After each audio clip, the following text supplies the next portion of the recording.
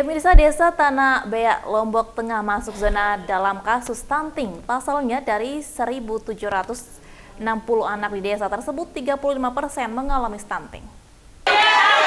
Desa Tanah Beak, Kecamatan Batu Keliang Utara, Kabupaten Lombok Tengah, masuk sebagai salah satu desa zona merah stunting.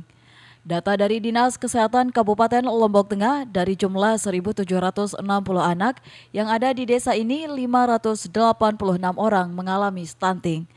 Untuk mencegah keberlanjutan penyakit ini, Lembaga Perlindungan Anak bersama pemerintah daerah terus gencar melakukan pemeriksaan kesehatan kepada balita dan ibu hamil. Kenapa kami mengambil lokus ini, dan lokus Tanah Beak ini juga menjadi perhatian dari IDI.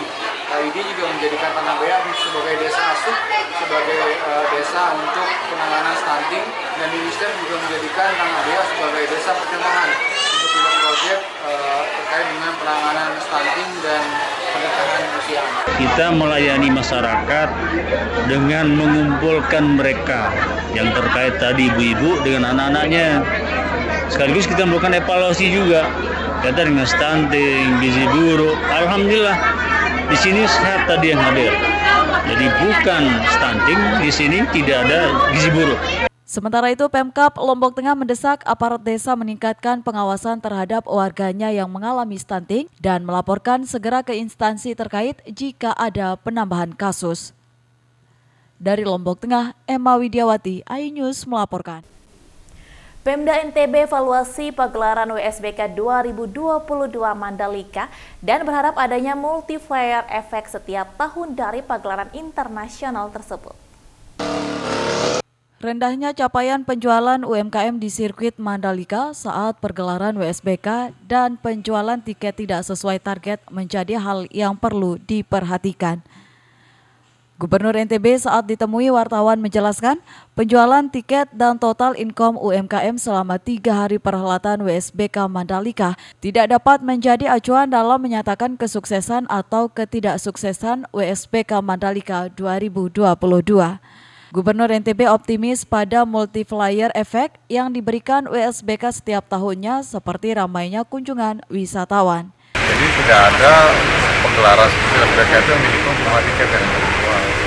Tapi bagaimana equity brand Mandalika sendiri, sponsornya yang dan lain sebagainya. Kalau dihitung jual tiket, nggak ada orang bikin acara hanya dengan jual tiket. Yang kurang dari 2M itu yang di UMKM? Ya mungkin bisa jadi ya. Oleh karena itu kalau ada kurang-kurang kita perbaiki, dan juga kepada teman-teman media jangan melihat itunya, padahal brand equity kita ternilai menurut saya. Kalau dilihat hasil tiket atau UKM-nya 2 miliar kurang, ya kita cari cara yang lebih baik.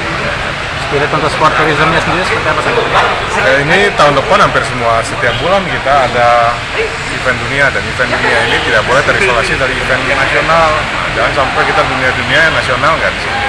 Jadi kalau regional, nasional, dunia di sini, daerah kita ramai terus. Penjualan tiket WSBK Mandalika tidak mencapai target yang ditetapkan oleh pemerintah sebanyak 50.000 dan juga income pelaku UMKM kurang dari 2 miliar. Dari Mataram, Vinka Andini, iNews melaporkan. Ratusan pegawai dengan perjanjian kerja yang lulus passing grade pada tahap pertama di Kabupaten Lombok Tengah hingga saat ini masih menunggu proses penempatan dari pemerintah pusat. Sebanyak 438 peserta P3K yang lulus menjadi pemerintah daerah setempat dan masih menunggu proses penempatan dari pemerintah pusat. Rekrutmen pegawai pemerintah dengan perjanjian kerja lingkup Kabupaten Lombok Tengah saat ini dalam tahap administrasi. Sementara para peserta yang lulus tahap pertama tinggal mengikuti tahap pemberkasan.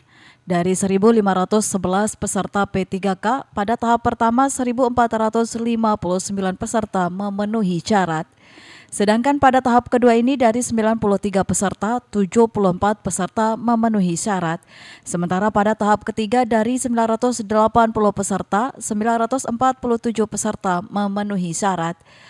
Peserta P3K pada tahap kedua dan tahap ketiga nantinya akan mengikuti tahap observasi melalui daring. Kan sekitar 72, udah berapa kali saya sampaikan, 742 formasi yang terdiri dari macam-macam. Ada guru kelas, ada guru justice, ada guru PAI, ada apa sebagainya kan, seperti itulah. Tapi baru mungkin nanti dia akan ada pemberkasan, proses pemberkasan, lalu pengusulan yang namanya kalau kita dulu kan nepis, kalau dia mungkin nomor induk niknya istilah, ya baru ada kontrak bahwa dia akan dikontrak berapa tahun, idealnya setiap tahun, lalu nanti akan diperpanjang sesuai kebutuhan. Sebelumnya Pemkab Lombok Tengah mengajukan formasi P3K Tenaga Pendidikan sebanyak 742 formasi. Dari Lombok Tengah, Emma Widiawati, iNews melaporkan. Sesaat lagi kami akan segera kembali dengan informasi penting lainnya, tetaplah di iNews NTB.